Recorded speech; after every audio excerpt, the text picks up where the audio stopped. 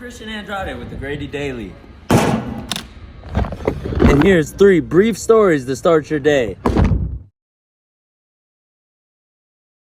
Last night in Philadelphia was the first presidential debate between Kamala Harris and Donald Trump. No surprises so far. There's not a single Democrat who has over 22% of the votes on the ballot. So it's pretty much Republican all the way. But there is one Republican candidate who's down. Here in the Special County Commission for District 3, it's a Republican versus a Republican. So that's why one of them's down. It just kind of makes sense. But we got Ty Clack versus Steve Witry, both Republicans, like I said. Ty Clack right now has 51.78% of the votes, and Witry has 35.11% of the votes. So, yeah, there you have it. Witry's going to have to pick up some slack if he wants to catch up to Clack. Back to y'all. The teacher reuse store is open for 10 days out of the month, so teachers can come get pencils, a computer monitor, and even this whole filing cabinet for free. Only teachers can come get books at the Teacher Sneak Peek. But when the community book fair opens to the public, anyone can come get up to 100 books for free. Some groups met here, following the North Oconee River all the way around Dudley Park on kayaks. Other groups split up on foot to cover the rest. In July of 2023, the GBI established a cold case unit. With it, they're adding a brand new tool, a team of behavioral science specialists to draw a picture of a potential killer before they even have a name to go with the suspect. The goal? To shed new light on old cases. This arrow marks the exact spot where Davis's car flipped into a ditch here 33 years ago. Now in a rural area like this, 33 years won't change too much, but 33 years on a case will take a big toll. Anyone who may have any information about Davis's death they would like to share can contact the GBI Eastman's office or the Toombs County Sheriff's Office. 23 years ago today, tragedy struck America. A terrorist attack by Al-Qaeda took almost 3,000 lives that day. Today, we remember those lives lost. We wanted to find out what it took to legally buy a gun here in Georgia, so I'm here now in the parking lot of a local gun shop to buy one myself. Right now, it is 2:18 in the afternoon, so let's find out what it takes to buy a gun and how long it takes me. 560-50. Okay, cool. I am back. I purchased the gun, and it is currently 2:43 in the afternoon. I want to say it probably took about 3 minutes whenever we got back in the car to get everything set up. So, yeah, I would say about 20 minutes to buy a firearm in Georgia. You're also very, very skilled at boxing as well. Yes, ma'am, of course. I'm the current 2-time state champ in Georgia and also the Southeast regional champ in the southeast of the United States. So that yeah, is nice. And that's one of my passions. No, we got some pictures of you there, man. You are a jack of all trades, that's for sure. Is there anything that Christian can't do? What's up, guys? I'm your sports anchor, Christian Andrade. And even though Georgia football had a bye week, we had plenty of football action in Athens under the Friday night lights. The Raven County Wildcats faced the undefeated Athens Academy Spartans for Athens Academy Senior Night. Here's a recap of the game. The next 5 days should be just as beautiful as today, which is why I took it upon myself to find some outdoor events for the weekend so that you can enjoy the calm after the storm, because you never know how long it'll last. This Friday, the University of Georgia softball team will take on Georgia Gwinnett College at Turner Softball Complex at 6 p.m. Tickets are free, seats are first come, first serve, and gates open at 5. Saturday morning at Sandy Creek Park in Athens is the Pink Up for Pace 5K. The race starts at 8 a.m., and all proceeds go to the Pearls of Wisdom and Grace Foundation, which provides educational assistance and benefits to Clark, Stevens, Elbert, and Greene County. Zombie Farms comes to Winterville this Saturday. The event starts at 7:30, and it's the 12th annual Haunted Trail.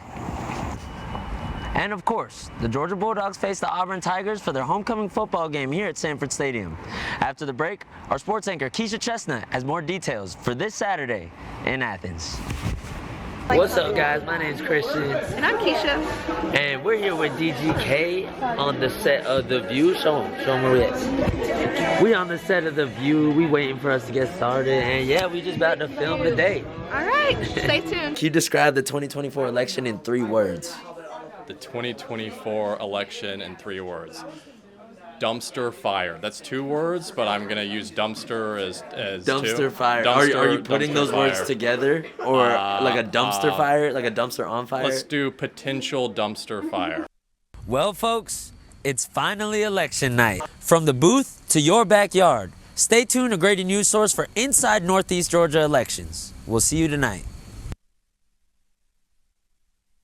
Never underestimate the power of cash. Turnout has been relatively slow here in Jackson County, so maybe the results will come in quicker than normal. I sure hope so, because I gotta go to church tomorrow. Attention has been turned to the Jackson County Sheriff's Office since last week's tragic shooting at Appalachia High School. Nadia's Truth is a company that puts positive messages on journals, shirts, and hoodies. The company's mission is to spread mental health awareness among teens, so that way kids can't accidentally eat the wrong cookie. And neither can adults. Welcome, folks, To the farewell show of Grady News Source. This is Northeast Georgia's only local source for TV news. Just days after the fatal shooting at Appalachia High School, the Oconee County Sheriff's Department was alerted to terroristic threats. All the absentee ballots are now in here in Jackson County, which actually happens to be most of the votes in Jackson County. Over 37,000 people mailed in a ballot this year, which is over 60% of the entire registered voting population. 13 WMAZ will be sponsoring a blood drive right here at the American Red Cross in Macon. You'll come straight through the doors, get checked in by a blood ambassador on the left, and then take a seat in the waiting room and get ready to help save a life. There's no doubt that it's been a difficult week for the students of Appalachia High School, but now a bowling alley is doing what they can do to help them recover. There's Michael Strahan. They good people. They're real good people. So tell me, what is next for you besides, being a ninja, boxing, hanging out with network TV talent? Okay, I could go ahead and tell you my vision. I think I may have already told you this, Gail, but I'll go ahead and let everyone else know. All the votes are finally in here in Jackson County, and no surprises. Jackson County has historically been red, and nothing is different this year. Every single Republican candidate on the ballot won, except for one, because there was one race between 2 Republican candidates, Ty Clack and Steve Wittry, and Wittry couldn't bring it back against Clack. Thanks to the Susan G. Komen Foundation, athletes wear pink every October on fields across the nation to spread awareness for breast cancer. The AARA plans to do something similar to spread awareness for addiction. Speaking of mental health, the University of Georgia has also been doing its part to support its own students. That's right, folks, double the anchors. This boat is not going anywhere, so you can take off your life jackets and enjoy the ride. Man, what a night for Keon Standifer. 170 receiving yards, 3 touchdowns, and an interception. Right now, the sophomore leads the single-A division in receiving yards and is 3rd in the entire state of Georgia. The Spartans have 2 weeks to prepare for the first round of playoffs. The Athens Recovery Warriors provide weight training, boxing, music, and art. Their goal is to provide the community with different pathways to recovery. In 3 years, 7 people have lost their lives to drowning at Amerson River Park in Macon. I'll introduce you to the man who kept that number from becoming 8 or more. We spent most of the day watching the search from a distance, but on the other side of this yellow tape, helicopters roam the skies and boats with divers search the waters for the 26-year-old. At around 5:20 p.m., members of the Macon-Bibb County Fire Department dive team and Georgia Department of Natural Resources found Romaine's body. They say he died from drowning. Residents are getting active in a budget plan that could make getting from point A to point B a smoother ride. There is a couple special countywide questions on this ballot. The first one has to do with a 1% T-SPLOS, which is Transportation Special Purpose Local Option Sales Tax, and it's estimated to raise $200 million over the course of the next 6 years. So it's kind of like I'm Batman and you're Robin. Why do I have to be Robin, though? I mean, you just kind of give like Robin vibes, you know? Okay, all right. CNN released a list placing Macon the 7th best city to visit in 2024. CNN attributes the list to Macon's musical history, a thriving downtown, and of course, the Okmulgee Mounds. Tiari Register says her attack happened right here on MLK. When her attacker left, she walked nearly a mile to the hospital. Hey Jackson, you know what I was thinking? What? What if we were MJ and Pippen instead? Well, that depends. Which one am I?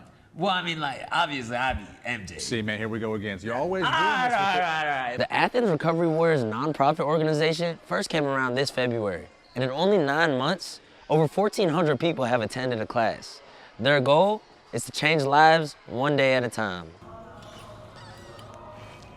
If you donate your coats to a thrift store, they might just end up with someone like me. Now, I don't really need a coat.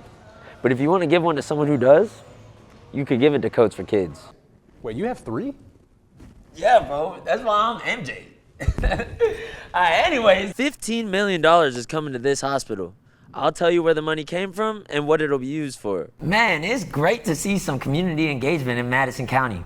And 8 books at 10 years old? That's crazy. 74-year-old Alan Struth walked into court today for his first bond hearing after being arrested on fraudulent drug charges nearly 3 weeks ago. Man, Riley, you are the GOAT of press passes. Kind of like me, MJ. Right, Scotty? Yeah, whatever, man. All right, what's been your favorite part of the trip? Ooh, probably going out on Saturday night. Is that bad for me to say? No, I think that's fine. We toured NBC, and then we got to make a little mock show, and that was probably the coolest part so far. We'll now throw it back to the studio where Phineas will help give you a look at what it takes for the perfect live shot. Thank you, Ferb. Now to our very own live shot queen. We're here with one of the 20 groups that split up this morning to search for Warren to see if he may have possibly gotten lost somewhere on the back roads of northern Crawford County. The scene is clear now here at the Dollar General in Griffin, but just a few hours ago, law enforcement found the missing 82-year-old's truck right here in the corner of the parking lot. 2 weeks ago, an 82-year-old man with dementia went missing from Lawrence County. His car ended up at the Dollar General here in Spalding County. We now know how his car ended up so far from home, and we'll share with you who was arrested for it. The body of a missing man from Lawrence County was found right here last Friday. We're taking a deeper look to see what led to the discovery.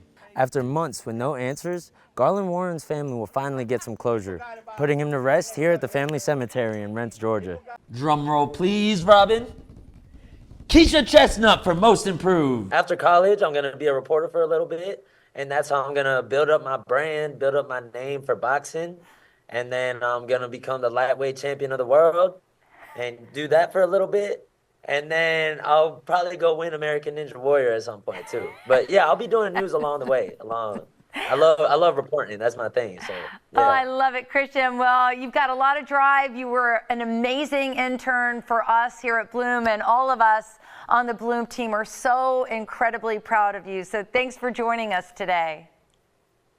Thank you for having me, Gail. Miss y'all. We miss you too. They won't be as good as us, but make sure to follow along with our News Source team in the spring. Anyway, thank you for joining us tonight. I'm your host, Christian Andrade, and that's all for today's episode of Grady News Source.